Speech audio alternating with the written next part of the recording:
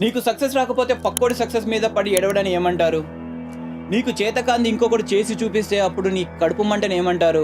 స్ట్రైట్గా మురుగదాస్ అంటారు. నాకు ఏ భాష వేషం మీద ఎలాంటి పగా ద్వేషం లేదు. ఇన్ఫ్యాక్ట్ నా మాతృభాష తెలుగుతో పాటు ఈయన తమిళ్ పేస ముడిక్యం నాకు స్వల్ప కన్నడగుతు.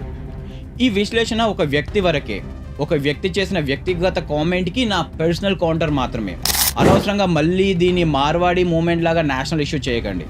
ఇక వివరాల్లోకి వస్తే, మురుగదాస్ తన లేటెస్ట్ మూవీ మదరాసి ప్రమోషన్లో భాగంగా ఇచ్చిన ఇంటర్వ్యూలో యాంకర్ పక్క దర్శకులు 1000 కోట్ల సినిమాలు అవలీలగా చేస్తున్నారు, మరి మీ సినిమా ఎప్పుడు అని అడిగితే, వాళ్ళు ఆఫ్టర్ ఆల్ జనాలని ఎంటర్టైన్ చేయడానికి మాత్రమే సినిమాలు తీస్తారు, మా తమిళ దర్శకులు జనాలని ఎడ్యుకేట్ చేయడానికి సినిమాలు తీస్తారు అని సమాధానం ఇచ్చారు.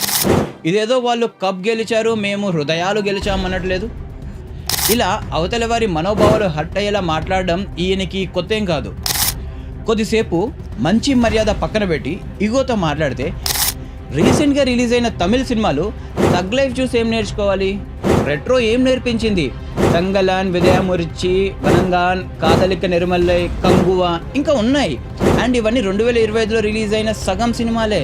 పోనీ పాత సినిమాలను చూసి ఏమైనా నేర్చుకుందామా అంటే అందులో సగంకి పైగా రీమేక్సే. నా ఉద్దేశం ఇక్కడ ఒక వర్గాన్ని కించపరచడం కాదండి. సామాజిక స్పృహ, పక్క వారిని గౌరవించడం, తోటి వారి విజయాన్ని ప్రశంసించడం నేర్చుకోవాలి అని చెప్పడం. మొన్న ఈ మురుగదాస్ తీసిన కళాఖండం సికిందర్ అట్టర్ డిజాస్టర్ ఫ్లాప్. అక్కడ కూడా మైక్ ముందేసుకొని సల్మాన్ ఖాన్ షూటింగ్కి లేట్ వచ్చాడు, అక్కడ గాలి బాలేదు, నీళ్లు బాలేదు అని ఆ ఫ్లాప్ క్రెడిట్ మొత్తం సల్మాన్ ఖాన్ మీదకి తోసేశాడు. ఆయన షూటింగ్కి లేట్ వచ్చాడు, ఓకే. నీ సినిమాలో కథ ఎక్కడా? మేకింగ్ ఏమైంది? జనాల ఎడ్యుకేషన్ ఎక్కడా? బేసిక్గా మనం మంచోళ్ళం. ఈ సినిమా, ఆ సినిమా, తమిళ్, మలయాళం, కన్నడ, హిందీ అని చూడం. జస్ట్ సినిమాని సినిమాగా చూస్తాం. అంతెందుకు మనం సూర్యాని, కార్తీని, విజయ్ని తమిళ్ హీరోస్లో చూడం, అచ్చ తెలుగు హీరోలనే ట్రీట్ చేస్తాం. భాషా భేదం, ఎక్కువ తక్కువ, హెచ్చు తగ్గులు వేయం. దీన్ని అందరూ నేర్చుకోవాలి, అందరినీ ఆదరించాలి. ఈ వీడియో ఎవరైనా తమిళ్ ఆడియన్స్ చూస్తుంటే ఈ వీడియో ఉద్దేశం మా బాధ చెప్పుకోవడమే, మిమ్మల్ని బాధ పెట్టడం కాదు.